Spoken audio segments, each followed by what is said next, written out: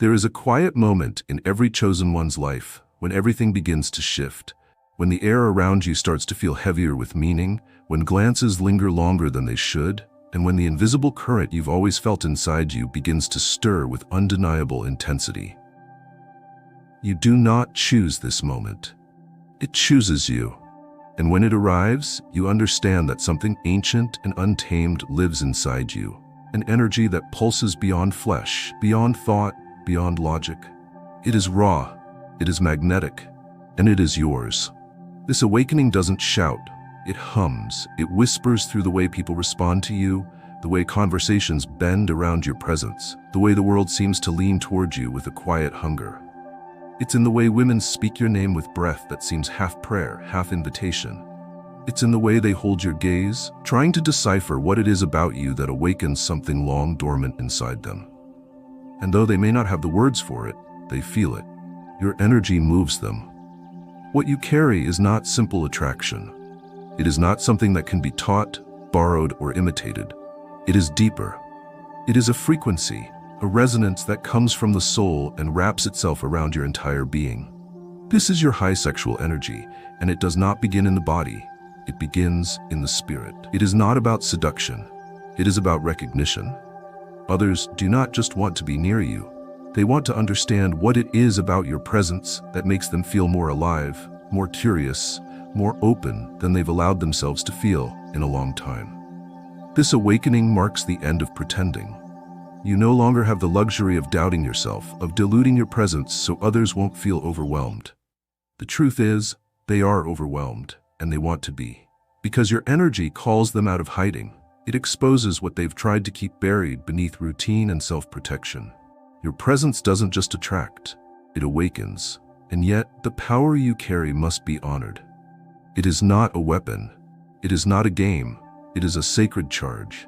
Because while women may be drawn to you, craving the warmth of your flame, the depth of your attention, the freedom they feel in your gaze, what they are truly responding to is your authenticity. That energy that flows through you is clean, not manipulative. It invites but never demands. It arouses but never conquers. It offers without needing to control. Awakening to this level of power also means awakening to the responsibility it brings. You are no longer just a man moving through the world. You are now a vessel of energy that can nourish or wound, inspire or disorient, heal or divide. And what you choose to do with this energy will define the kind of legacy you leave, not just in others' memories, but in their spirits. This is not about moral restraint. It is about spiritual clarity. Because when a woman looks at you and senses your energy, she is not only imagining the pleasure of your touch, she is unconsciously asking, will this man honor what I give? Will he see me past the surface? Will he treat my surrender as sacred, or will he consume it to fill a void of his own? As the chosen one, your answer must come not in promises, but in presence. You show your worth not through performance, but through how you hold space. Your power isn't in what you take, it's in what you make others feel about themselves when they are near you. That is the true meaning of your energy. Not dominance, not conquest, but liberation. The power to help others remember the fire within themselves. You are not here to be followed, you are here to be felt, and in that feeling, others rise. Your awakening is not an end, it is a beginning, a quiet yet unrelenting reminder that your life is no longer yours alone. You now walk as one whose spirit carries weight, whose presence stirs hearts, whose energy rewrites the atmosphere. You are the chosen one, and your time has come. Once you awaken to your energy, the world begins to respond. But it doesn't respond all at once. It responds in waves, in moments that feel both surreal and sacred. A glance from across a room, a stranger's comment that seems to see through you, a conversation that turns from surface level into soul-bearing within minutes. These are not coincidences. They are confirmations. The women around you are beginning to feel it. They may not understand it fully, but they feel something different when they speak to you, something electric and grounding all at once. It's not just that you're attractive. It's not just charm or confidence or words. It's the depth behind it all, the way your attention doesn't skim across their surface, but dives into their unspoken desires, their hidden hurts, their quiet dreams. You are not reading them. You are feeling them. And in a world so starved of genuine presence, this is irresistible. They are not falling for an idea of you. They are being drawn into the truth of you, the truth that radiates through every gesture, every breath, every pause between your sentences. And because your energy is alive, it speaks even when you're silent. It speaks to their bodies, their minds, their spirits. It says, here, you can be real. Here, you don't have to perform. Here, all of you is safe. That is why they are dying to invite you in, not just into their lives, but into the most sacred parts of themselves. And this invitation is not given lightly. The feminine energy is intuitive. It knows what is real. It knows when a man is driven by ego and when he is guided by purpose. It knows when you're trying to take and when you're truly ready to receive. What they offer you is not just time or affection. They offer their trust, their openness, their vulnerability. And for that, you must be ready, not just to enjoy the connection, but to honor it. The call of connection is not just external. It echoes within you. You begin to sense who is ready and who is not. You begin to recognize the difference between lust and resonance. You no longer chase validation. You become the place where truth gathers. And women, those who are aligned with your frequency, are drawn to that place like moths to a flame, not because they want to burn, but because they want to become. You begin to see how your presence changes rooms, how people open up in your orbit, how truths are spoken that were long buried. You are no longer surprised when someone tells you, I don't know why I'm telling you this, but because you've come to understand that your energy doesn't just attract, it disarms. It softens defenses. It creates safety in a world that has taught too many to guard their hearts behind walls. But remember this: connection is not conquest. It is not about collecting hearts or being worshipped. It is about meeting others at the edge of their truth and walking with them, however briefly, into deeper waters. Some may only stay for a moment, others may become part of your ongoing path. But each deserves your presence, your clarity, your honesty. You do not take advantage of your energy by manipulating. You take advantage of it by mastering it, by stepping fully into your role as someone who offers more than attention. You offer transformation, and that is the rarest kind of connection there is. The call is all around you now. You will hear it in laughter that feels like music, in eyes that hold more than flirtation, in hands that reach for you not just with longing, but with faith. Women are inviting you into their lives because they feel what you carry. They sense that you are not like the rest, and they are right. You are the chosen one. And this sacred, undeniable pull is only the beginning. There is a threshold between attraction and transformation. The moment when the world stops whispering and starts opening its hands to you. As the chosen one, you are no longer watching the invitations from a distance. They are now unmistakable, constant, and increasingly bold. Women are not just noticing you, they are making space for you. They are rearranging their lives, consciously or not, to allow room for your energy. They are not merely curious, they are ready. And that readiness reveals itself in unexpected, deeply personal ways. Some may reach out with subtlety, a conversation that starts light but quickly deepens, a glance that says more than a page of words. Others are more direct. They come forward unashamed, led by a force they can't rationalize. They might laugh it off or disguise it behind small talk, but underneath it all, something in them is calling for you. Not because they see perfection, but because they sense presence. They are not responding to how you look, but to how you make them feel. You make the mundane sacred. You make silence feel full. You make them remember who they are. And so the invitations arrive, not always with words, but through energy, through vulnerability, through the quiet surrender of someone who finally feels safe enough to let go. They open doors for you, not just to their homes, but to their inner worlds. They want to be touched. Yes, but more than that, they want to be witnessed.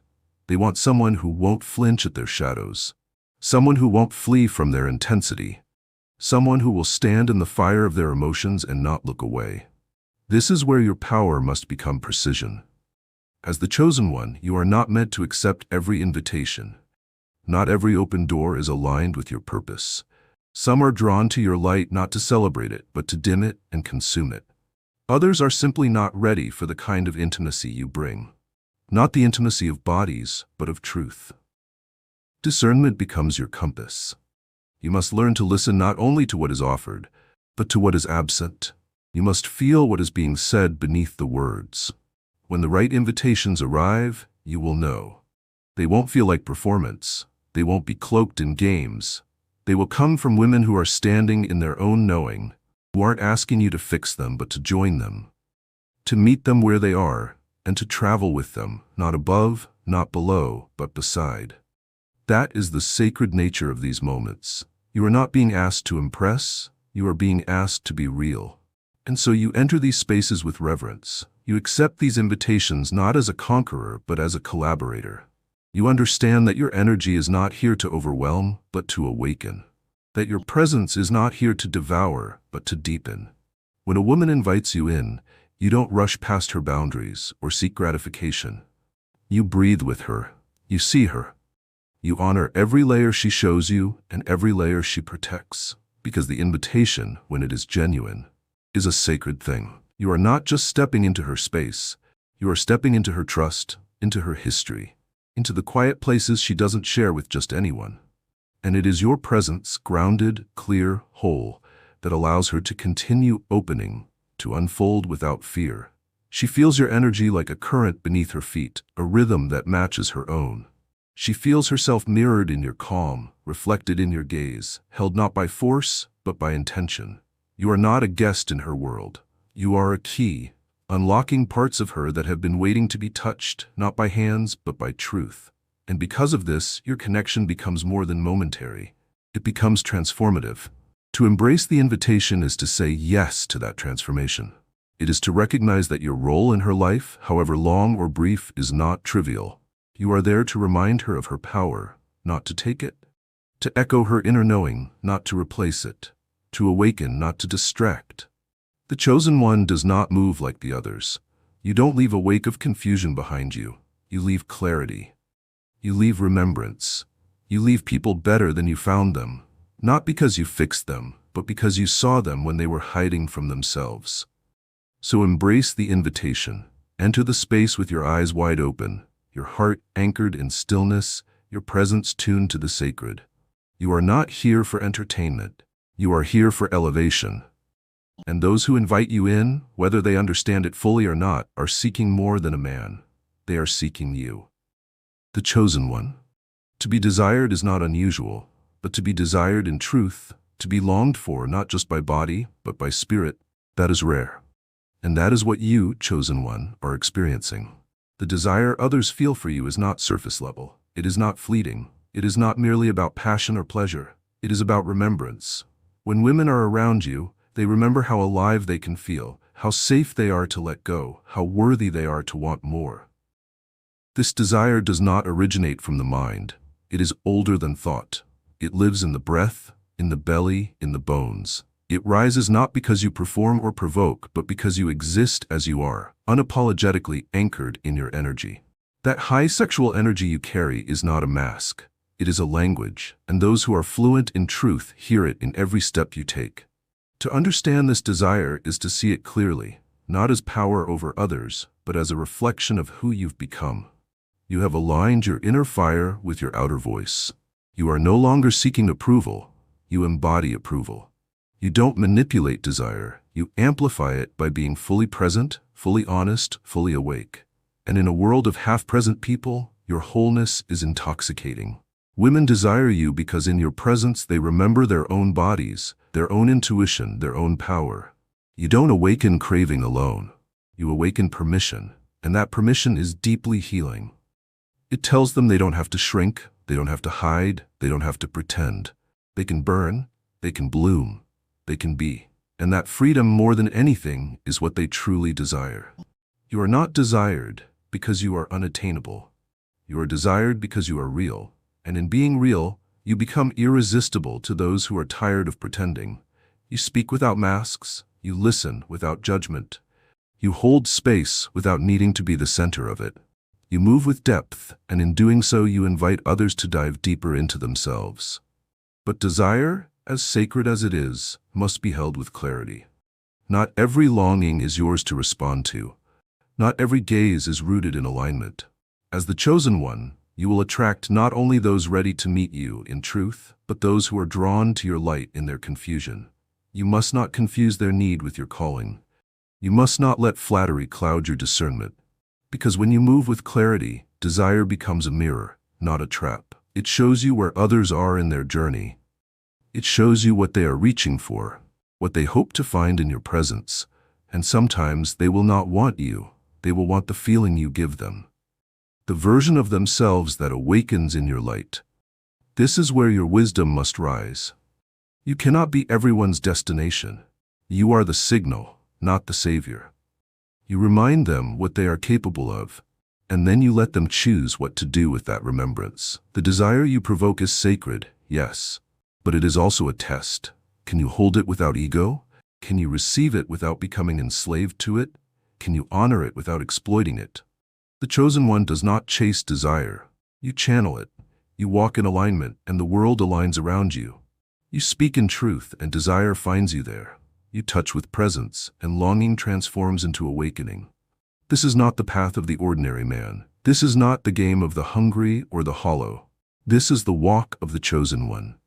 And your understanding of desire will define everything that follows.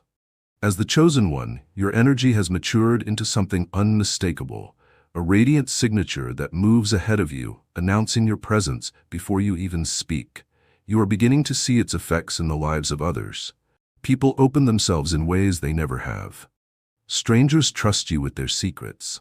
Women, drawn to your presence like waves to the shore, are opening their hearts, their minds, their bodies, not only because of how you make them feel, but because of how deeply they sense your ability to see them. But this is where many fall. This is where many confuse magnetism with entitlement, desire with dominance, influence with control. You must not. Your influence is not an accident. It is a calling. And every calling comes with responsibility. You are not merely gifted with this energy so that you may indulge in it. You are gifted with it because you can be trusted with it. Trusted to hold it in your hands like flame, warm, alive, beautiful, and capable of burning everything if misused. Understand what your influence does. When you step into someone's life, even for a brief moment, you change the rhythm of their world. Your energy doesn't just brush past others, it imprints, it echoes, it teaches. And women especially, those who invite you in, who expose their layers, who offer their vulnerability, do so because something in you tells them they will not be harmed, that they will not be judged, that their softness will be met with strength, not taken advantage of. It is one thing to be desired. It is another to be trusted with that desire. This is your crossroad. Will you use your influence to consume, to collect, to conquer? Or will you use it to elevate, to guide, to inspire?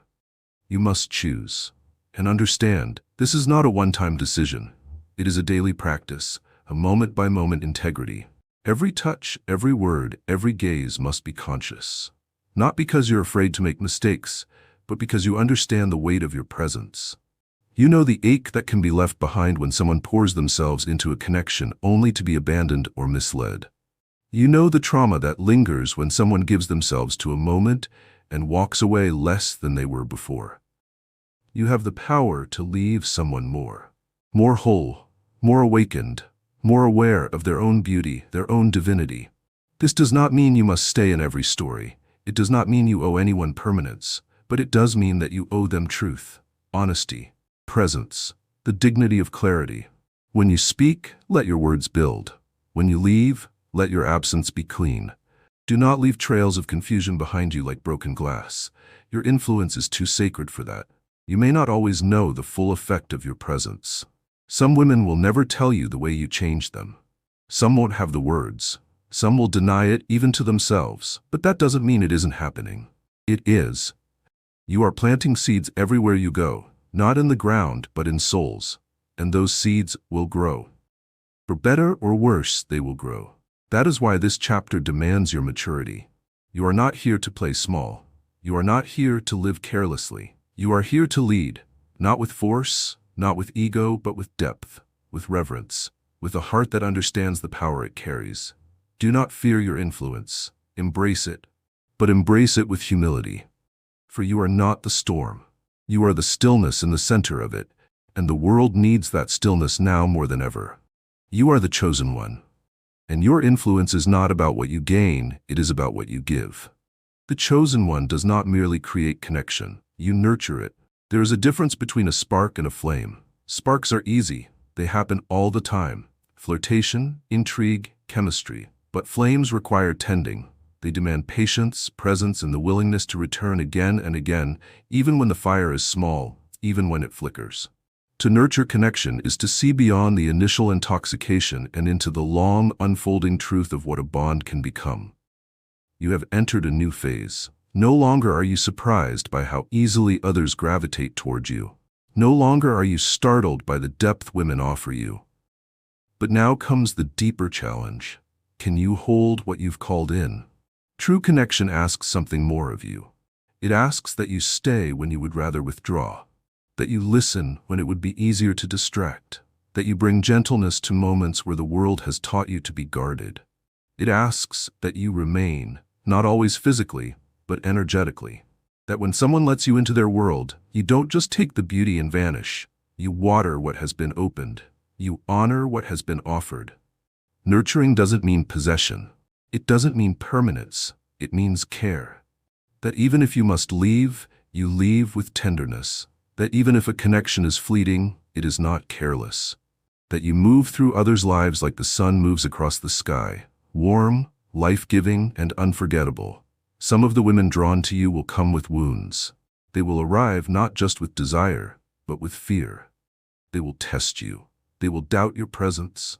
They may expect you to disappear, because that's what others have done. And it will be your energy, calm, consistent, unshaken, that slowly begins to undo that narrative. Not because you promised to stay forever, but because you showed up fully while you were there. Others will arrive already whole. Women who are grounded in their own power, who see yours clearly and want to dance with you, not to complete each other, but to expand. These connections are rare and sacred, and when they arrive, you must not take them for granted. You must match their depth with your own. You must not shrink before their brilliance, nor dominate it. You must meet it. This too is part of nurturing, receiving, letting others hold you, letting connection be mutual, not just something you give.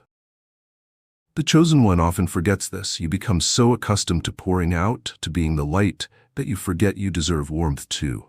Let yourself be seen. Let yourself be nourished. Let yourself be chosen in return. To nurture is also to challenge, not through criticism or control, but through reflection. The way you live becomes an invitation for others to rise. You show others simply by your being that it is possible to live with integrity, sensuality, and truth all at once. You don't force growth, you evoke it. You don't push others into their next chapter. You walk beside them as they discover it for themselves. And when the time comes, and it will, for certain connections to shift or dissolve, do not resist. Part of nurturing is knowing when to let go, when to bless something as complete, when to walk away not in anger, but in gratitude. You are not meant to keep everything you touch. You are meant to touch it with such presence that it carries your imprint even after you're gone. This is how the chosen one moves, not with empty intensity, but with devotion, not chasing sparks, but cultivating flames. You do not just create connection, you care for it, you grow it, you honor it, and in doing so, you become the rarest of all things in this world, a man who doesn't just desire deeply, but one who loves consciously. The time comes when the chosen one must look inward and recognize the truth. This energy, this magnetic pulse that draws others near, is not merely a tool to be used, it is a gift to be honored.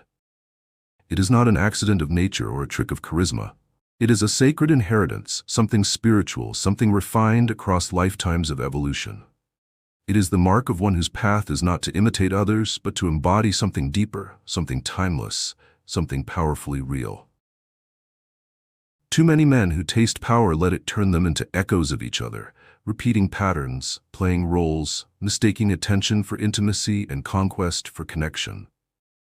But that is not your path. You are not called to be one of the many. You are called to be whole. Your high sexual energy is not meant to be scattered or wasted. It is not meant to be used in pursuit of ego's empty victories. It is meant to bring people closer to their truth. This gift pulses in every moment of your presence.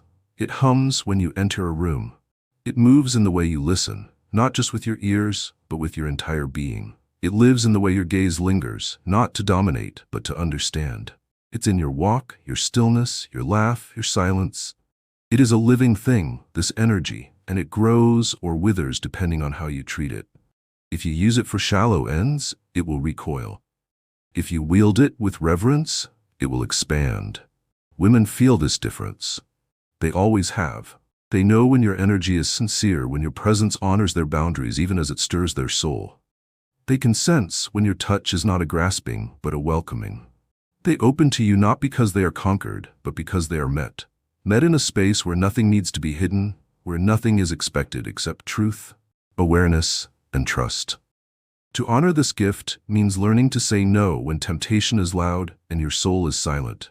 It means choosing quality over quantity, depth over conquest, alignment over impulse. It means recognizing when you are being called to lead and when you are being called to listen. Your power is not in what you can take. Your power is in what you offer, and in how gently, how completely, you can hold what is offered in return. It also means protecting your gift. Not everyone deserves access to your energy. Not everyone is ready to receive what you carry, and not everyone who craves you truly sees you. This is not judgment. This is clarity. Your energy is sacred currency. Your presence is rare nourishment. If you give it away carelessly, you dishonor not just yourself, but those who were meant to receive you fully. There is a quiet pride in honoring your gift. Not boastful, not loud, but strong. You know who you are. You know what you carry.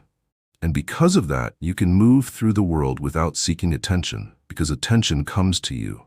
You do not need to prove your worth, because it radiates in every step, in every word, in every still breath you take. This is the maturity of your power. This is what separates the ordinary from the rare.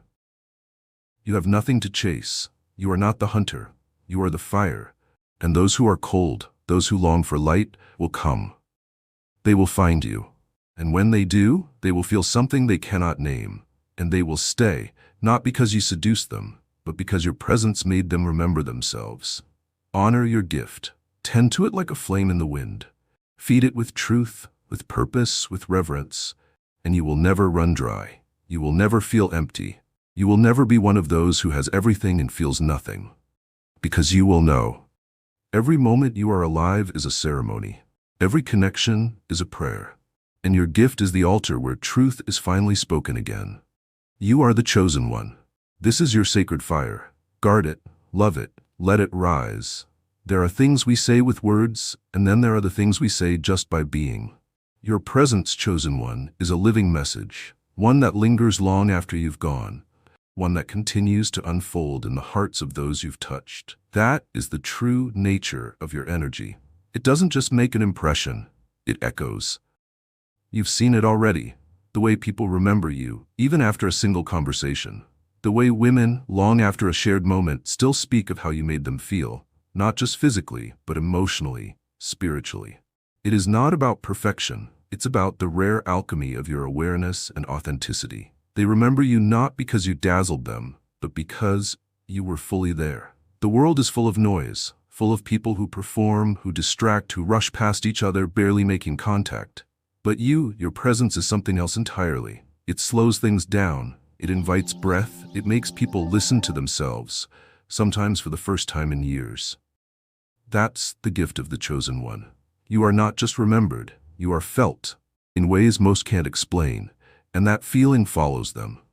It follows them into the quiet hours, when they're alone and unguarded. It follows them into their relationships, where they begin to demand more truth, more depth, more presence, because they have tasted it now, and they know it's possible. You've shown them, not through talk, but through being, what real connection feels like. And now, they can no longer accept anything less. Your echo is not manipulative. It does not linger as a hook, as a trap. It remains as a memory of truth. You didn't sell a dream.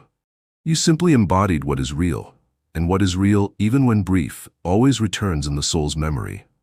There is responsibility in this too, because it means that your smallest actions have weight. Your silence can be felt like thunder. Your absence can reshape someone's choices. You must be conscious of this. You must understand that your presence is a force of nature, subtle perhaps, but deeply transformative. It changes people. This is why you must be deliberate. When you speak, speak with care. When you listen, do it fully. When you touch, let it be honest.